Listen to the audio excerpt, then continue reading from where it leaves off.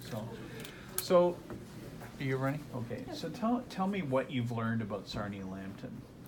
Is this your first visit to the riding? This is, well, it's my third visit, second in a political capacity. The first time I was through Sarnia was when I was doing the cross-country drive from Regina back to Ottawa. We crossed just nearby here. Look, I know that it's, we've got a great member of Parliament, Marilyn Gladu, has been very vocal on issues affecting the region. When I was here during the leadership race, it was a very quick visit. It was just a speech and a panel discussion with members. So this is really the first opportunity where I'll be able to spend some time and hear directly. So I'm going to learn a lot about it in the meetings this afternoon and tonight.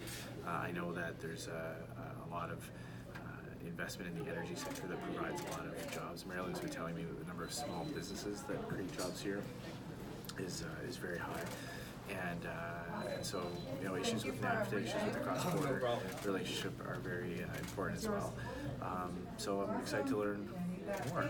Okay, so this is really kind of a fact-finding as far as you're concerned, getting to know the riding a little better. Yeah, and then talk about some of the large, kind of the overarching issues that the difference between the parties federally, a lot of the issues that affect locally could be municipal or provincial, and some of the federal issues are on a certain level that does have an impact locally. And so to talk about the differences in approach, how a federal government approaches those issues, for example, making sure that energy investment continues to flow into Canada, also looking at infrastructure projects, making sure that the money actually gets out to support meaningful projects.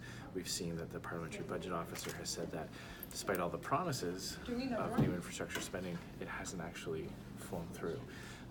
Maryland's maybe aware of a particular issue with the causeway and the damage from the Coast Guards. Those are some examples where we believe the federal government's missing an opportunity to provide tangible help that would benefit people in a very practical way here. Okay, talk to me a little bit about your strategy, because we're less than 2 years away from another federal election.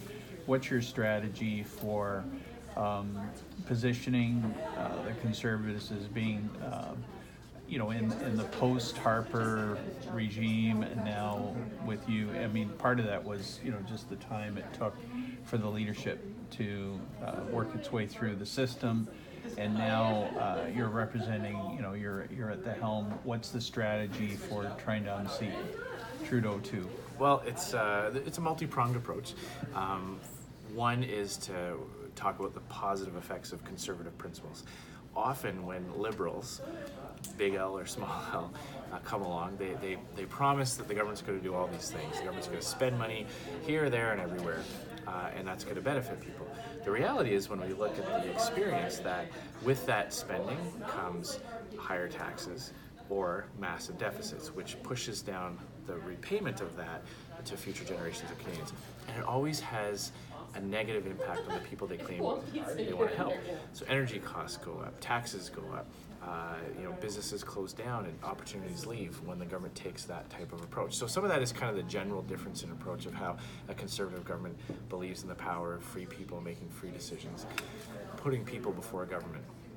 Then it's going to be talking about the specific record of this current Liberal government, the failures of Justin Trudeau to pursue opportunities on the trade file around the world, whether it's in Asia, the dangers going on right now with NAFTA, chasing away investment in the energy sector by adding unnecessary regulations that lead to project delays that make companies look elsewhere.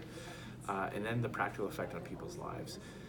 What will a carbon tax do to your family? What will a carbon tax do to the ability of a small business to continue to compete against a competitor on the other side of the border?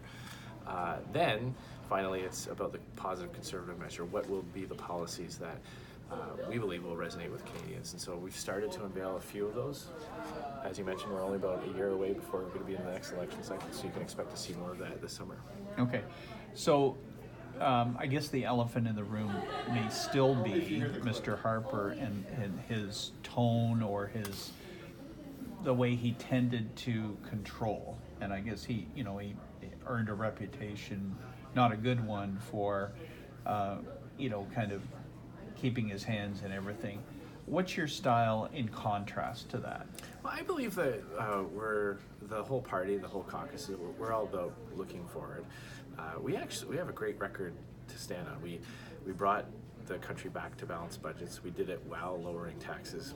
We signed new trade deals while protecting our traditional agricultural sectors that benefit from the supply management system. We upgraded our military equipment. We had a record investment, the biggest investment in infrastructure since World War II. Those are all great accomplishments that we believe demonstrate to Canadians that a conservative approach actually works.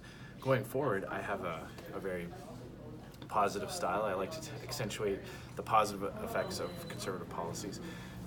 Obviously, we're going to point out where the government has failed, where Justin Trudeau has failed to deliver on his promises, but we also have to showcase what we're offering. I think that'll be a key difference in the next election between myself and the Prime Minister. Justin Trudeau likes to talk a lot about the middle class. He's probably read some books about it and read some interesting essays and articles. I've actually lived it.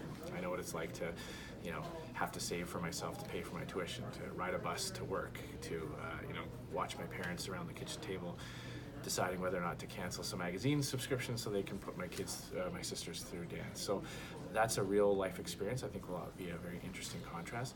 My style is, we're a grassroots party. Our policy will be, shaped by the grassroots membership at our convention in August, and then our team of shadow ministers will formulate that into more concrete proposals, and I believe it's going to resonate with Canadians. Great. Thank you, sir. Thank you very much. Enjoy your day. Appreciate it. Thanks very much.